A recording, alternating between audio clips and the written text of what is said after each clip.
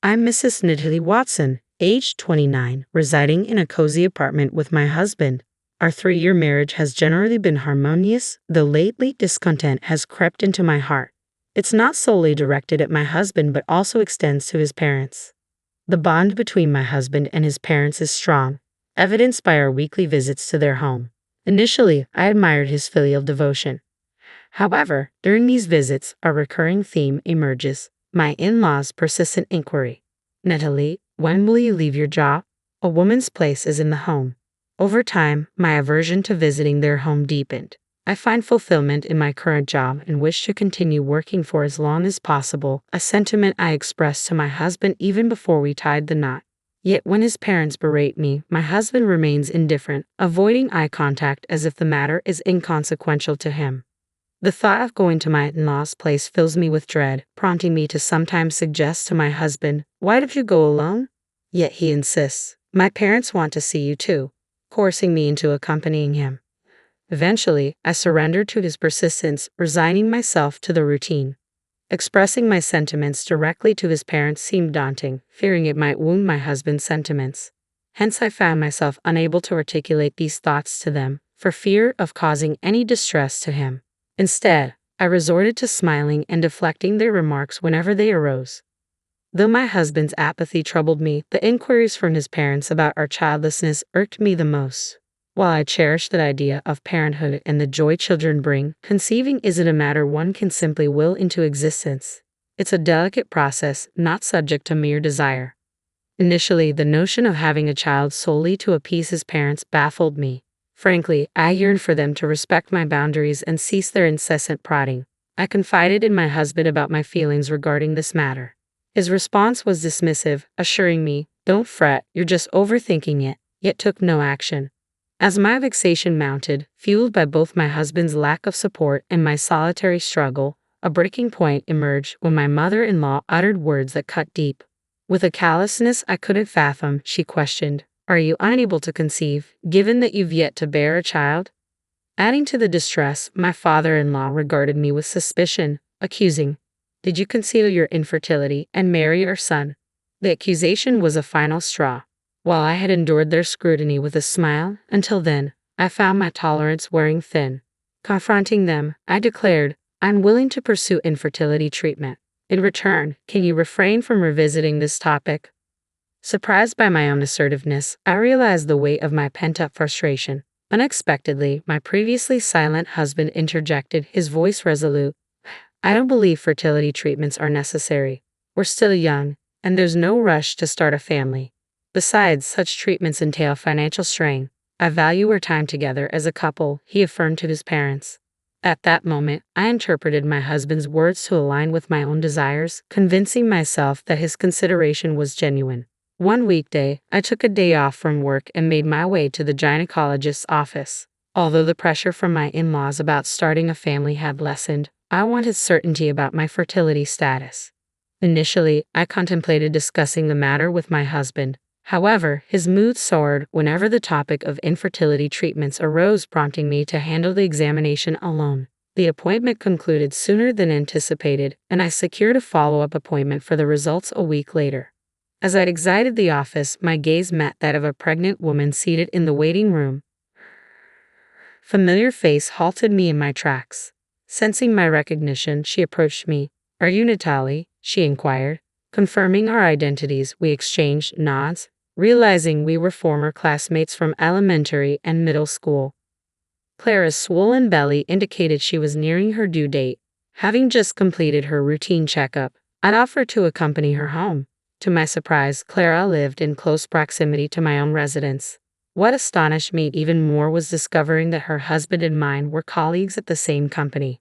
As we caught up on our lives and reminisced about our school days, my attention naturally gravitated towards Claire's pronounced belly. Sensing my curiosity, she extended an invitation. "Would you like to feel?" Hesitant, I inquired, "Is that all right?" With a warm smile, she reassured, "Of course." Gently, I placed my hand on Claire's abdomen. In my recollection, Claire boasted a slender figure with a trim waist, but now her body had blossomed with the presence of new life. A sense of awe washed over me as I realized there truly was a baby growing within her. As I kept my hand on her belly, I felt a faint fluttering beneath my fingertips. Startled, I glanced up at Claire. Did you feel that? I asked. Yes, it's been moving a lot lately, she confirmed, her expression radiant with maternal joy. In that moment, Claire exuded the aura of a contented mother-to-be. Before I could stop myself, the words slipped out, I'm envious. Instantly, I regretted my candidness, averting my gaze from Claire. Sensing my discomfort, Claire, attuned to others' emotions, gently probed, if I'm mistaken, I apologize, but is something troubling you? Reluctant at first, I hesitated to divulge my troubles. However, sensing Claire's sincerity, I realized I couldn't mask my feelings from her perceptive eyes. Thus, I opened up about the challenges I faced with my in-laws and the longing for children. Once I began sharing, the floodgates opened, and I poured out everything, even detailing the fertility tests I underwent earlier that day at the clinic. As I poured out my thoughts to Claire, a strange sense of relief mingled with lingering anxiety. Despite initial reservations, I found solace in confiding in her, perhaps driven by an urgent need to unburden myself after years of pent-up frustrations. Throughout my narrative, Claire simply nodded, offering a quiet, attentive presence. Upon concluding my tale, Claire remarked, You've shouldered this burden for so long.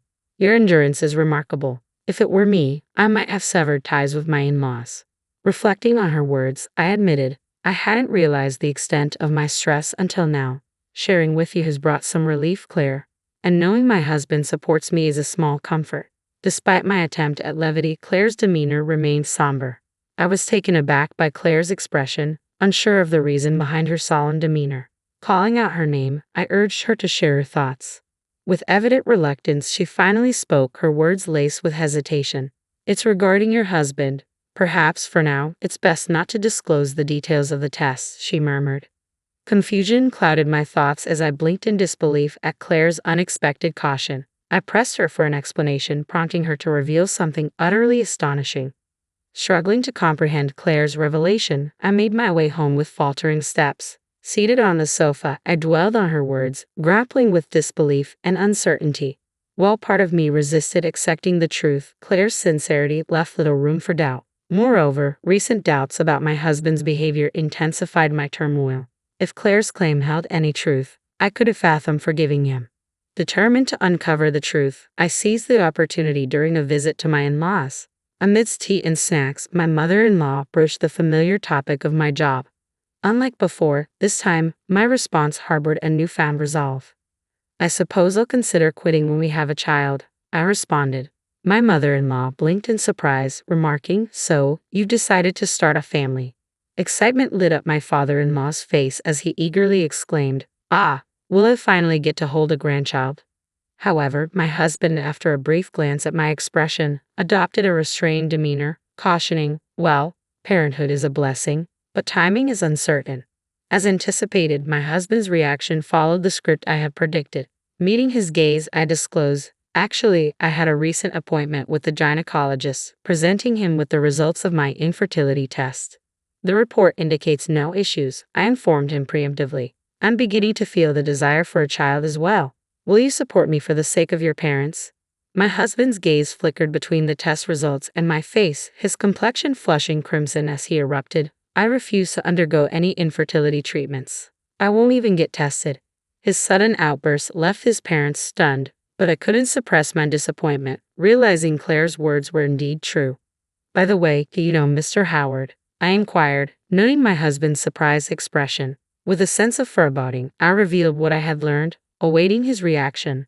His wife happens to be a friend of mine. Apparently, you've been making disparaging remarks at work, claiming, My wife is defective, unable to conceive due to infertility. She's abandoned her femininity to focus solely on work, and I'm the pitiful one for marrying her.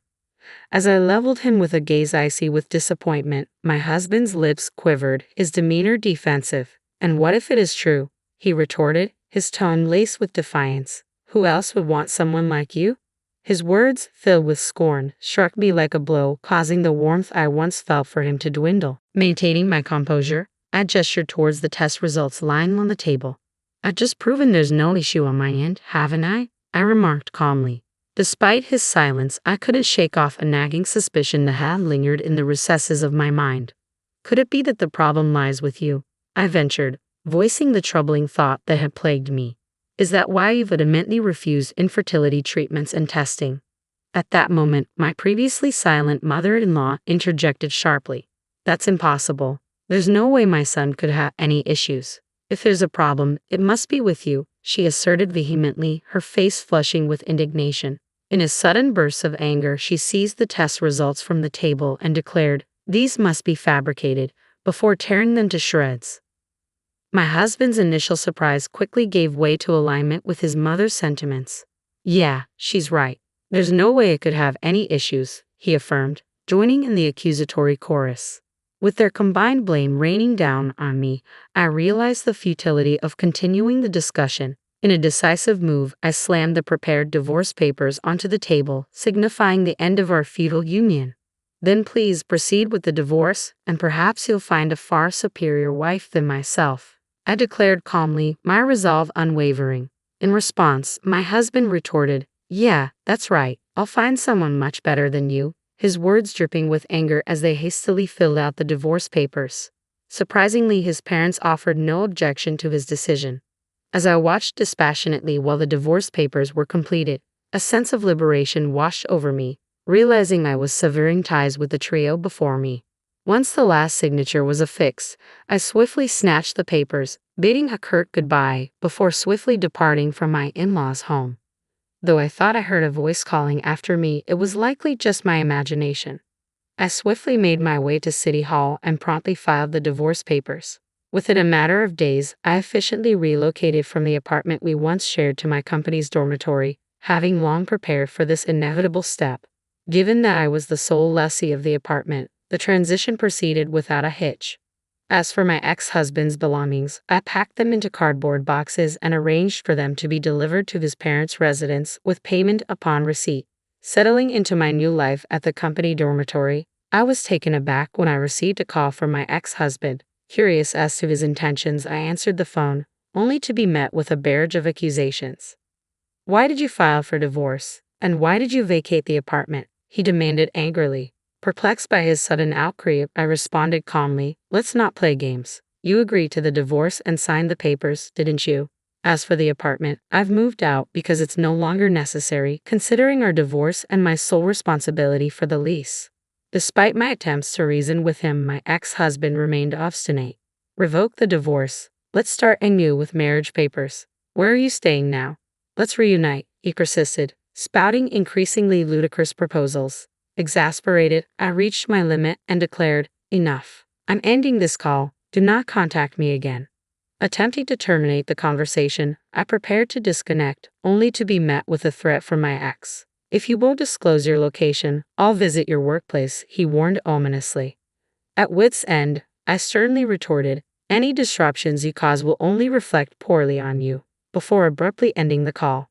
Despite my hopes that he wouldn't resort to drastic measures, I took precautions and confided in my boss about my ex-husband. Neither my boss nor I anticipated any trouble, but to our dismay, he caused a disturbance at the company. I was mortified to learn from the security guard that he had caused a scene in the lobby, necessitating police intervention.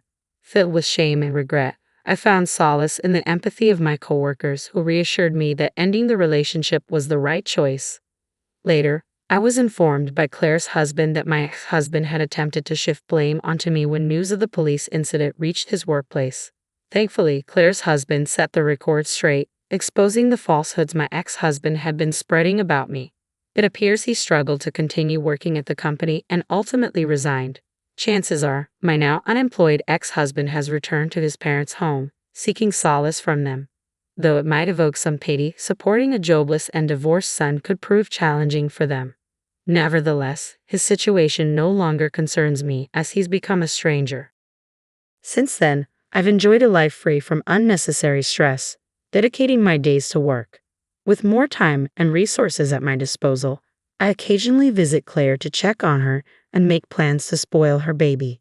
She often finds my gestures amusing, shaking her head at my antics. As for remarriage, it's not something I can consider at the moment. However, I hold on to the hope that one day I'll have the opportunity to build a happy family of my own.